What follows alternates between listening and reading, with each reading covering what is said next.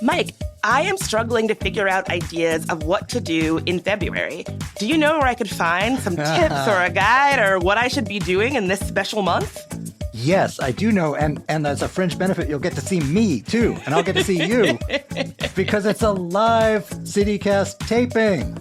That's right. We are so excited to announce our first live taping of 2024 with a very special guest, Jade Womack. You might know her as Clock Out DC. She will be joining Mike and I at the Square Food Hall on Saturday, February 3rd. But wait, where is the Square Food Hall? It is downtown, 1850 K Street Northwest. And if you come at noon, you'll get to meet the team, enjoy exclusive food and drink specials from the Square chefs. Our taping begins at 1. And wait, so what are some of the options of things we might learn about? Well, Jade's going to be sharing all kinds of recommendations on how to live your best DC life this February. And she's pretty much the expert to all things DC, so she should know. Well, for me, the main activity in February has now already been made clear, which is that I get to hang out with my co-host, Bridget Todd. That's right. I'm so excited to see you. So Saturday, February 3rd at the Square. Come at noon to hang out with us. The taping begins at 1. You can find the RSVP link in the show notes.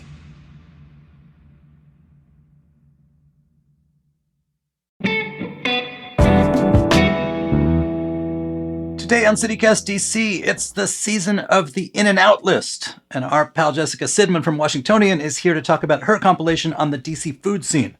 Plus, CityCast's Julia Karen has some takes of her own on the city's culture.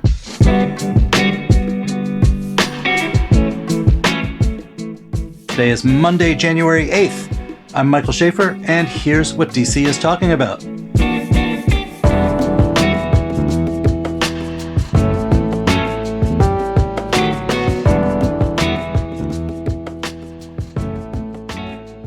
Hey, Jess. Awesome to see you again. Hi. Thanks for having me. Hey, Julia. Happy New Year. Happy New Year, Mike. All right. So, Jess, you do this every year. What's in, what's out in the world you cover, which is the DC food scene. I'm going to read some highlights of this. Out, happy hour. In, late night. Out, yelping about service. In, yelping about service fees. Out, swimming pool bar. In, hot tub bar. Out, the burbs. In the burbs. The burbs. Woo. Let's go. What was the hardest one of these for you to write? Well, I'll say the most controversial of them was the out happy hour in late night.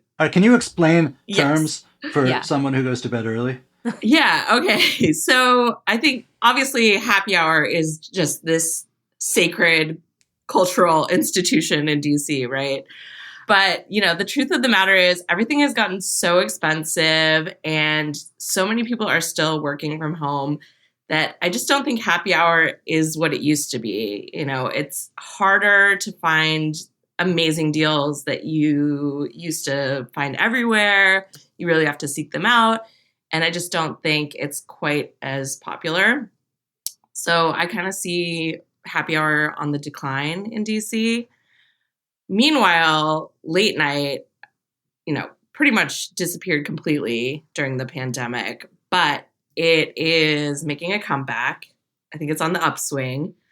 There are a number of places that have opened recently that are, serving food and drinks late. Places like Grazia Mille, which is an offshoot of Grazia Nona, Italian-American place. There is Surreal from the Seven Reasons group near the Amazon HQ2.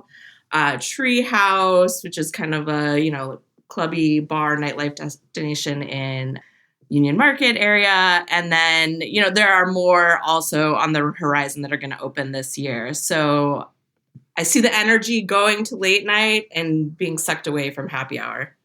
Wait a minute. What hours are we talking about when we say late night? Okay. What are the rules in terms of mean, what time you can stay open and keep serving food? It depends on the day of the week, right? And it obviously depends on the place, but like places that are going to be open 2 to 3 a.m. on weekends and, maybe midnight or maybe even like 11 p.m. Like if you're serving food at 11 p.m. on a weekday, like I would say that's late night for DC.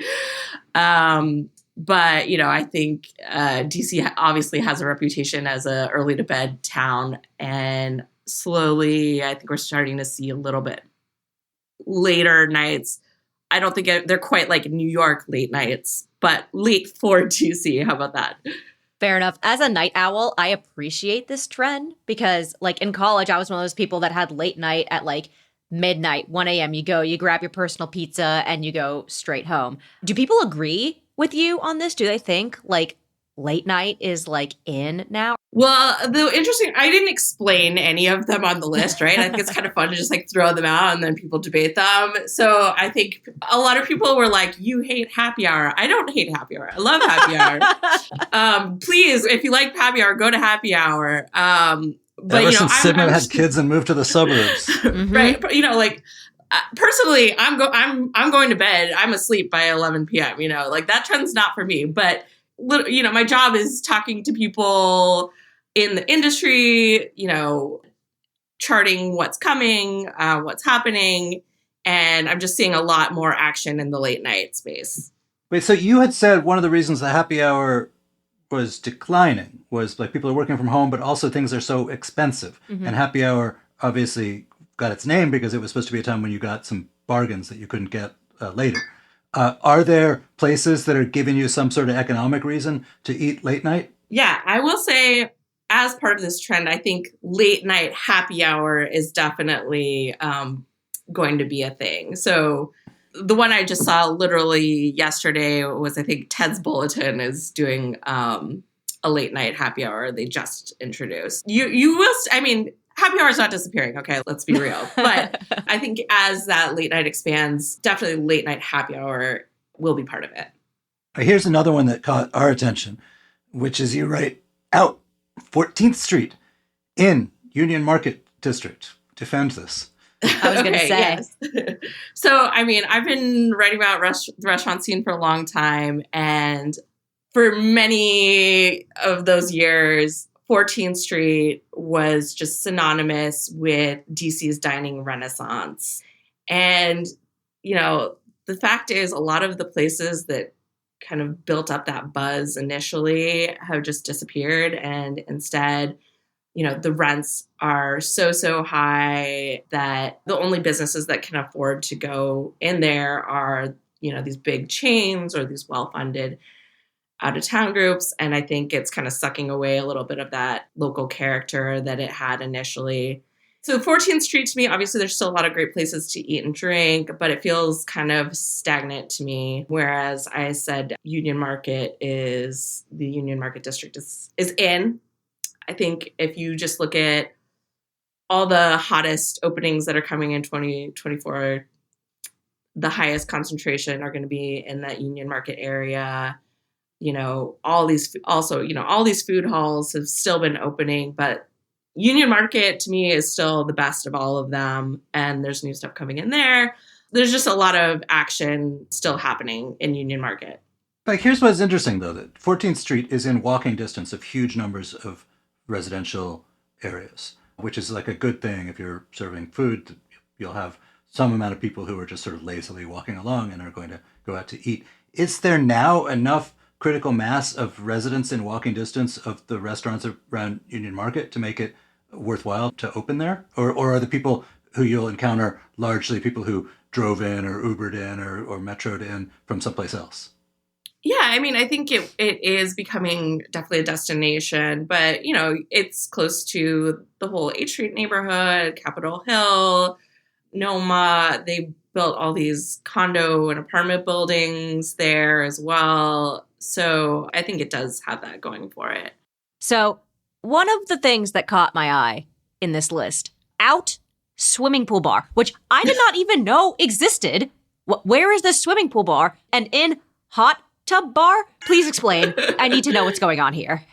Yes. Yeah. So there was this huge bar that opened early last year, or maybe actually it might have opened at the end of 2022, called Royal Sands Social Club.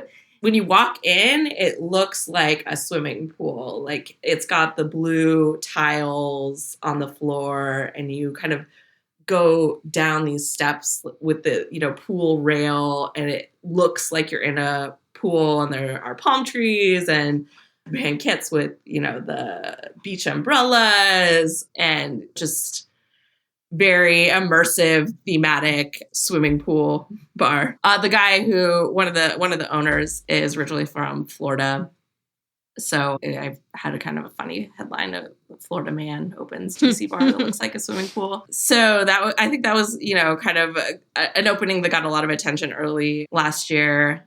Recently, there was a pop-up, which is still ongoing, at Hook Hall in Parkview, which is kind of a big drinks garden. And they brought in an actual hot tub, and you can rent. Has its own cabana that you can rent out. And so you can basically sit in a hot tub on Georgia Avenue. Oh my God. Okay. CityCast listeners, if you want us to do this for science, please tell us, because I will sacrifice my dignity to be in this hot tub and drink on the job. Let's do it. I'm game. I will say the hot tub cabana, you can rent it out for 2 hours for a group of up to 8 people. It is $300 though for that time. So okay, be prepared. Good to know.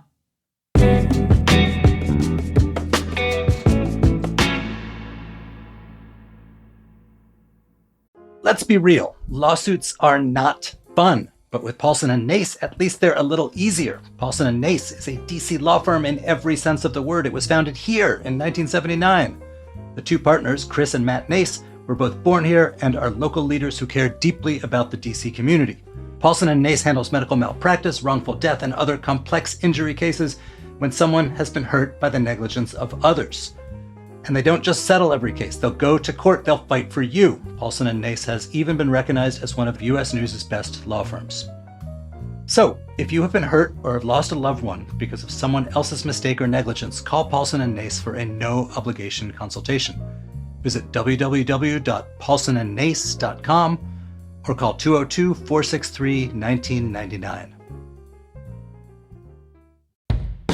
The brand new Arbor at Tacoma is built for your most convenient urban living.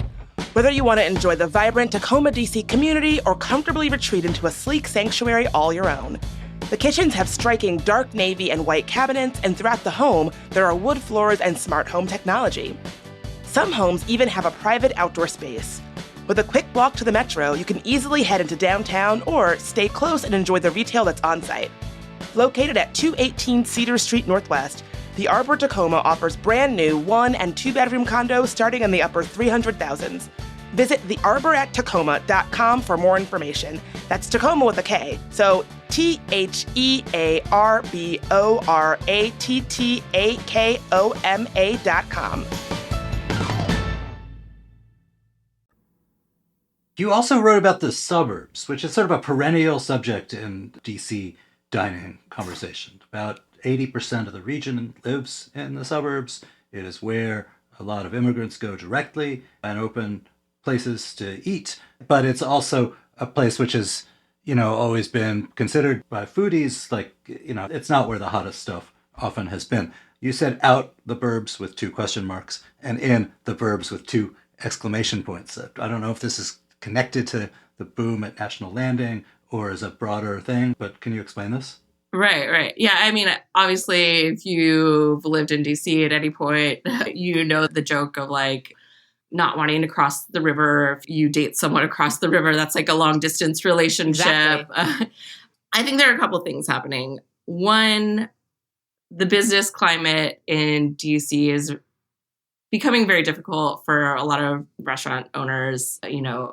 Initiative 82, which we've talked about in the past, which is totally changing the business model for restaurants, is not particularly popular among restaurant owners. And so that's just for the uninitiated, that is the measure that gets rid of the so-called tipped minimum wage and requires that restaurants pay servers the actual minimum wage, at least. Right.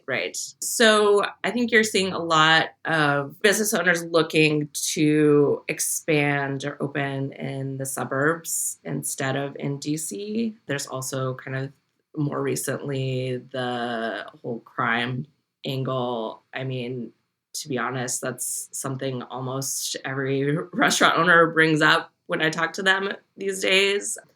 So can I ask about that though? Yeah. You said on your list there was out closures citing COVID in closures citing crime. But as you know, like restaurants just close a lot. It's an easy come, easy go industry with thin margins. Do you think that crime actually is causing closures, or is it just the kind of current annoying thing that people who are in this volatile industry have to deal with? I don't think it's 100% responsible for some of the closures that we've seen. You know, there have been a number lately that have cited crime as one factor. So I think if you're already having issues and then you're hearing from regulars that maybe they don't feel safe coming to your neighborhood, or your staff doesn't feel safe, you know, going home at the end of their shift, that those are all kind of mixed together with other, you know, economic factors that are happening. It is one of those things that's kind of difficult to quantify exactly. And I am also, you know, always hesitant to sensationalize it. You know, I still think it's very safe to eat out in DC. You know, these are still isolated incidents, but I think it's undeniable that people just don't feel as safe in the city anymore. And, you know, we see it constantly in headlines and on social media. I don't remember a time when it was such a large part of the conversation. All right, so you cited a couple of things that might be driving restaurants out of DC, but talk about like where things are actually happening that are exciting to you in the suburbs. What suburbs are booming? What should people check out? Yeah. I mean, obviously there's been the big headlines lately about the sports teams moving to Alexandria from DC, Capital One Arena. You also have all the development that's happening around the Amazon HQ2. A bunch of restaurants are opening there, and they just opened this place called the Water Park, which is kind of an outdoor pavilion with all of these different eateries. I think you're still seeing a lot of things happening over in Tyson's. June, a Persian restaurant, I think was one of the hottest new restaurants of 2023. And just more recently, O Mateo, which is a Tex-Mex place with the Top Chef winner. It's over there. So I just don't remember a time when there were so many buzzy openings happening in the suburbs. Almost always those kinds of openings are reserved for DC. Also, Falls Church, the team behind Rooster and Owl, which has a Michelin star on 14th Street. They have a more casual place, Ellie, that was named one of New York Times best restaurants. So there's a lot of excitement happening in the suburbs, I think. All right, wait, so just stick around because I want you to let me know what you think about Julia and other folks from Team CityCast have some addenda to the list that go a little bit beyond restaurants. Julia, what are your own personal ins and outs? Okay, so this dovetails nicely with Jessica's recommendation that more stuff is happening in the burbs. And this might be a controversial yet brave statement, but I would say out is dating in your neighborhood and in is dating anyone with any distance at all from where you live. I understand that like dating people who live close to you is like, it's a convenience factor thing, right? But I would argue that going a little outside of your comfort zone, maybe going to the burbs, go 4 stops on the metro, which maybe takes you outside your neighborhood. I feel like that will help immensely. And also you might get to try some of these new restaurants in the burbs that Jessica mentioned. What's not to like about that? Wait, Julia, is this a thing or is this just something that you think would be a good change for people to make? I think it's a general change for people to make. Listen, it might not be an in for most people, but it's an in for me generally. I think it should be an in for the population of DC. I think we get holed up in our own 5-block radius and we're scared to go beyond it. I've had friends who won't date outside of 3 blocks. And I'm like, guys, you got to move around a little bit. Use those legs. I believe in you. I believe. You also had some thoughts about bars. I do. I would say out, watching the dudes teams at the bar, in, watching the women's teams at the bar. Michael, you're a Wiz fan, know a bunch of their stats. They are historically horrendous this year. Jessica, I don't know if there's been any rumblings of a women's sports bar, but I know I've seen it be successful in Portland? Is there anything that we should be gearing up for, or should this be like an investment opportunity for someone in the DC metro area who's feeling bold? Ooh, yeah, I haven't heard anything about that happening, but I'd love to see it. For anyone listening, great idea. Yeah. I will be out there. I would be there every weekend, straight up. All right, so this is more like an aspirational in-out list here Yes. for what you'd like us to do. It is. It's, you know what? New Year's resolutions come and go. Here are some resolutions for the city, for people around. That's my personal resolution ins out list. Kayla, who writes our newsletter, Hey DC, I feel like this is particularly pointed at me, Kayla. Out electric scooters in Capital Bike Share e-bikes, or you can own your own and get that sweet rebate money. I personally own an electric scooter. I think it's the best, like, money I have invested in the city. It's good for those, like, little 2-3 mile bits where it's like, I don't quite want to walk, but, like, public transportation is going to be slow and take, like, 30 minutes. I do agree that generally any electric movement or bipedal anything is probably good. Apparently, DC has one of the cheapest e-bike rates in the country. So what do we think about this, guys? Any of you own an e-bike or a scooter or anything electric? Ooh, I'm the wrong person to ask on this because I don't do either. I have an immersion blender. It's electric. There you go. Take that for a spin on Connecticut Avenue. Let's see how it goes. But yeah, no, I do like this. I do think that an e-bike, even a scooter, anything that's faster, maybe a little less dangerous is a big plus. Another one that Kayla had was out buying new clothes at the Pentagon City Mall and in the clothing swaps at Malcolm X Park. But have either of you done these and had success or failures or anything like that? I feel like the Pentagon City Mall is just like there, you know? I'm an online shopper. Having 2 kids, it's hard to actually go shopping in an actual place. But I did see photos of that clothes exchange and it looked epic. There were so many people and so much clothes. It looked really cool. And I will say that our senior executive producer, Priyanka Tilve, who is also, I should add, remarkably well dressed, Yes. says she got like 4 new items at the last clothing swap and had a lot of fun too. Okay, update. Apparently that's the place to go. I need to bring some stuff I don't really wear all that often, trade it in, get something refreshed.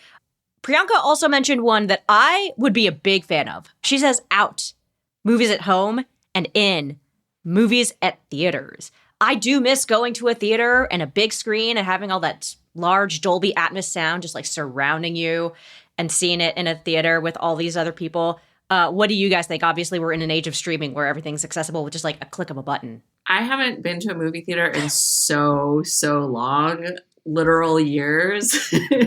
But I would love to if I had time.